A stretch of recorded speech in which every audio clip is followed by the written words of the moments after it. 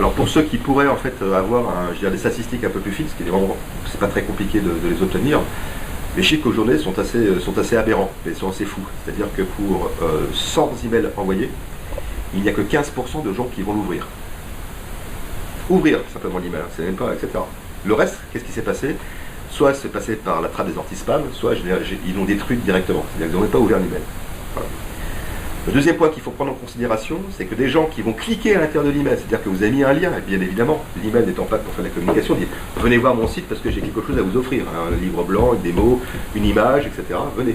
Ben, il n'y en a que 1% en fait sur les 100 qui va, 1,5% qui va cliquer à l'intérieur.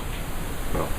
Et après, il y a toute la relation qui va se passer, maintenant qu'il a cliqué, qu'il est sur votre site, il y a toute la relation qui va se passer avec lui pour aller sur le site internet. Pour aller jusqu'à ce fameux formulaire de contact. Et là, les chiffres sont encore vraiment, on l'a vu, c'est pas aussi bon que ça. Il y en a qu'à peu près 10% qui vont vous laisser les formulaires de contact. Donc pour ça, on va avoir 0,01 qui vont réellement remplir ce fameux fichier.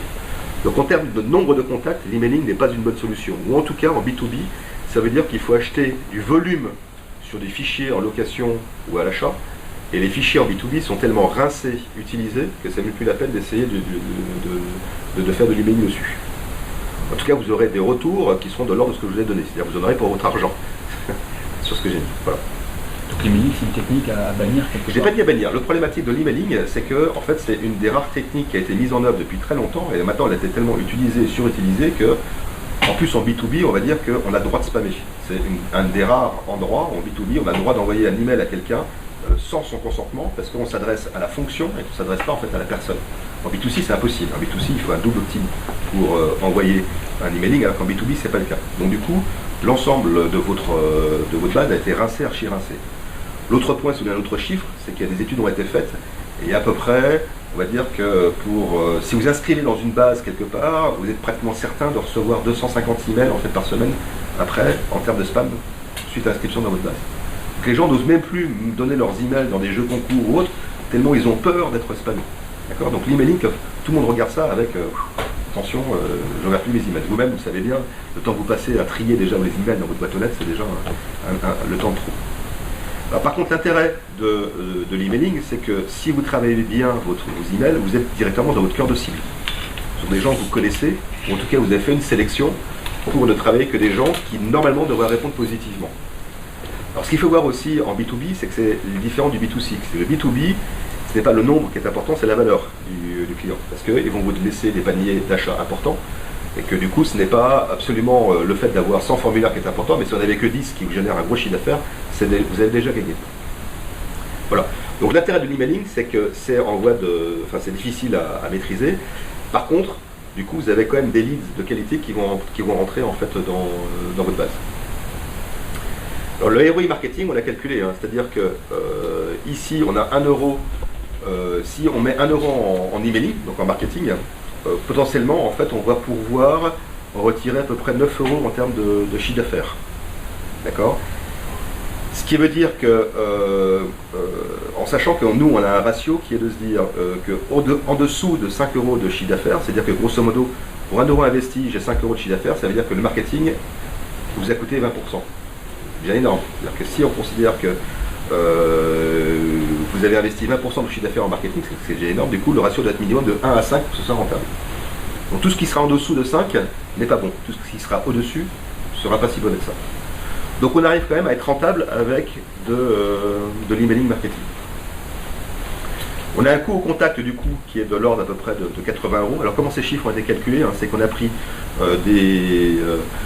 des envois en fait d'emailing, on a regardé le coût global de combien ça générait, et on a pris grosso modo ensuite derrière par rapport au ratio, on a dit que le portefeuille moyen de l'achat était de 10 000 euros. D'accord? Dans l'exemple qu'on donne, il faut bien qu'on fixe un certain nombre de paramètres pour pouvoir donner en fait des calculs. Voilà. Est-ce qu'il faut être expert pour utiliser ce genre de solution? Oui. C'est-à-dire que quelque part, même si vous avez des outils dans votre CRM qui permettent d'envoyer des emails, je vous conseille fortement de prendre des experts à côté de vous, parce qu'il faut passer plein de barrières qui sont très difficiles maintenant à contrôler. Les barrières, c'est les anti-spam. Donc, et c'est aussi les serveurs d'envoi de vos emails. quand on envoie un emailing quelque part en masse, si votre serveur n'est pas whitelisté par les providers, du coup quelque part vous allez le blacklister immédiatement, c'est-à-dire que plus aucun email ne va parvenir à l'ensemble de vos clients parce que vous êtes fait blacklister. Voilà. Et c'est dommage quand on s'appelle une grosse société d'arriver en fait à ce thème-là et d'obligé de repasser par plein de problèmes pour se refaire whitelister. Donc il faudra presque trouver un provider qui vous fasse l'envoi d'email, même si vous le préprogrammez dans votre CRM, voilà, mais que ce soit plutôt fait par un professionnel. L'autre point aussi important, c'est que nous-mêmes, en termes de direction marketing, on est bon pour faire passer des messages, mais on n'est pas bon non plus pour regarder si l'email qu'on a envoyé va s'afficher correctement dans Internet Explorer, ou dans Firefox, ou dans Chrome, ou dans d'autres. Et ça, il y a des techniques particulières qui font qu'on peut le faire. Voilà. Donc je conseille fortement, même si vous préparez vos cibles et vous préparez vos emailing dans votre CRM, je conseille quand même de vous faire accompagner, voire même de passer par une société externe pour faire les envois. Et c'est pas de notre faute, c'est pas la faute des outils de CRM, croyez-le bien. C'est juste qu'aujourd'hui, les gens ne supportent plus les emailing et du coup ils mettent des barrières à l'entrée qui sont monumentales. Voilà. Les freins, il y en a, il y a beaucoup de freins en fait autour de l'emailing. C'est difficile d'avoir des bases de données, c'est difficile d'envoyer des emails, c'est difficile de faire en sorte qu'ils soient ouverts. C'est une technique qui existe encore, que tout le monde voudrait utiliser. Par contre, en prospection pure, en acquisition, c'est quelque chose qui a été rincé, archi-rincé. Donc le seul moyen d'utiliser l'emailing de manière intelligente, c'est de le faire auprès de gens qui vont ouvrir votre email parce que ce sont potentiellement des clients. Ce sont des gens avec qui vous avez déjà une relation et qui sont quelque part en fait habitués à recevoir de la bonne communication de votre part. Voilà. Mais en prospection pure, puisqu'on parle du marketing pur, dans ce cadre-là, effectivement, ça devient compliqué.